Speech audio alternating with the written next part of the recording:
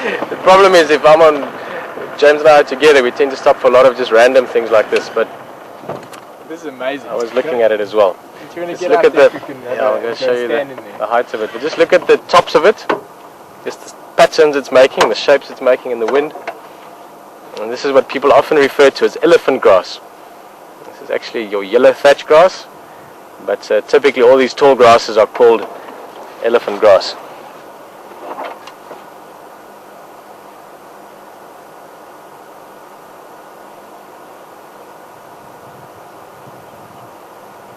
We get a good look at the scale of this grass when Theo's walking into it now.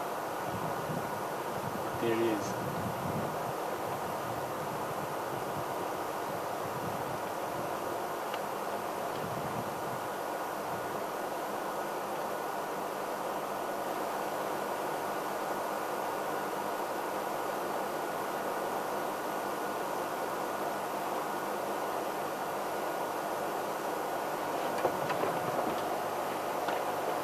Unfortunately, these seeds are a little bit green still. In some places they're starting to ripen already, but a little bit later actually there's another patch we're going to drive past. I'll show you again, but eventually they have these very sharp, yeah, they're still too green to show you properly, but they form these very sharp ends that can stick into, into an animal's fur or something, and then also once it falls on the ground it actually can stick into the ground, and sometimes it turns a little bit when it gets wet, and that's how it can grow nicely. But I'll try and show you that again later. You get that with your thatch grasses, and you especially get that with something called spear grass, which is also similar to this. I remember when we were little, Peter, we used to get spear grass, we used to throw each other. Yeah, and it actually whirls into your clothes and stuff. Clouds are impressive today. Yeah, it's very pretty.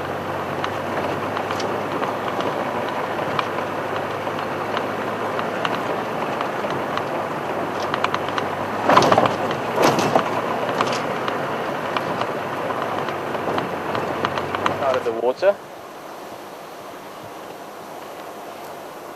I was hoping just to the left of where he is there's a nice wallowing area as well. I was hoping he might come through to that, but a better view might actually be just to stay here for now if he comes down to the water.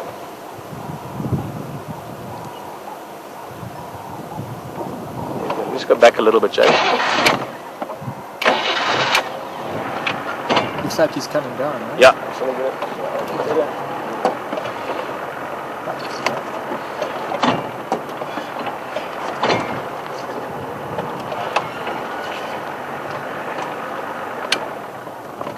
Come on, big guy. Thirsty.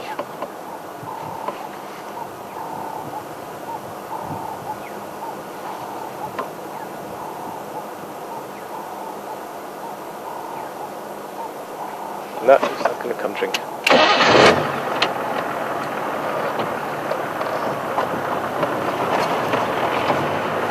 I think we can follow him along a little bit.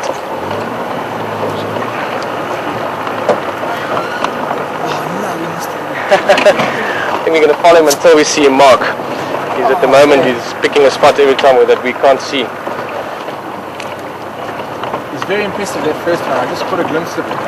Yeah, no, it was really big mist, fire extinguisher size.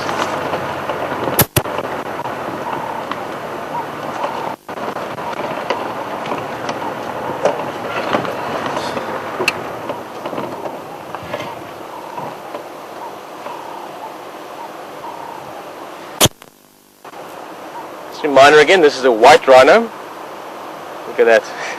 Every tree or bush that he's walking past he rubs against. And like we said earlier, with all this wind that's blowing, that mud will be cooling him down nicely. But also, if he had some ticks or a couple of fleas or some insects sitting on his skin, they get caked up in that mud. And as he's walking past that thorn tree or a bush or a log, that mud gets rubbed off and scraped off, and in the process you're also getting rid of parasites. It's a very effective cleaning mechanism as well as cooling mechanism. Hoping that this rhino might actually pop out somewhere around here. We're on the road. There's also a nice little wallowing place to the left, so it's one of those places rhinos sometimes check, and it might take a few minutes still, or it might not even appear, but we're going to sit here and wait a little bit. I think Jan has got a few questions for us back at the Live Control Center, and we'll work through one or two of those, and hopefully, if we're lucky, the rhino or something else, maybe, who knows, something else will appear here, and we'll have a look at it. Jan? Yes, Peter, the first question is from Anne Shafi, and the question is, how does strong wind affect the animals? Are they more cautious, and does it make it easier or harder for the predators? Good question, Anne, and very relevant this afternoon as we've been going on about it. It's quite windy, and I think it's going to get quite windy towards the evening as well. And it certainly does affect animal behavior in various aspects.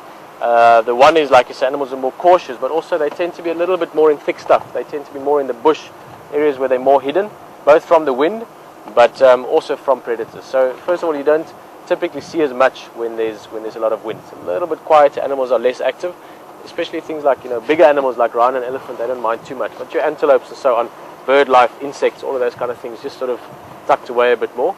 And in terms of your predators, there is a benefit for them in the sense that obviously with all this noise, you've got the movement of the grass and the leaves and the trees, everything's moving, so it gives them a visual camouflage almost, makes them harder to see, and of course also from a sound point of view. A lot of your animals, if you think of things like kudu or impala, all those animals, they really rely on their sense of hearing a lot as well. So when there's all this movement and noise from the wind, it makes it much easier for predators to sneak up on them. That's why they're also going to thicker bush. Hopefully the predator will be less likely to see them. So it does make wildlife viewing a little bit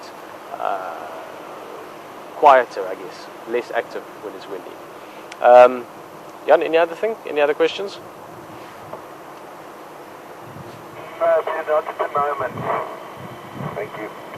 No questions? Fantastic. Well, in that case, we're going to sit here a little bit, just a few minutes.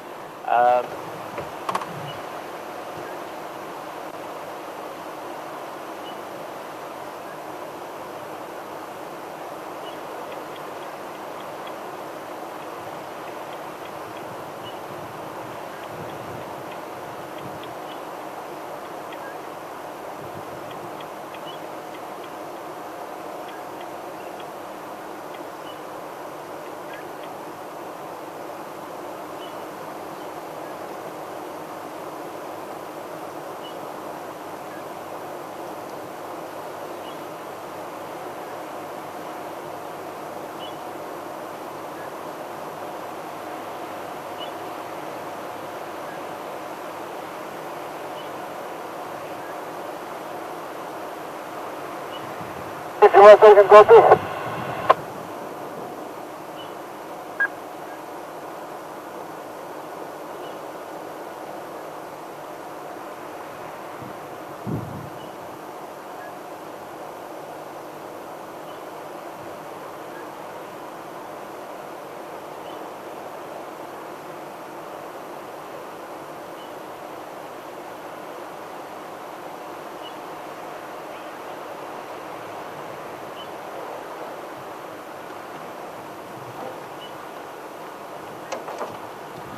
Managed to get a few very nice photos of him.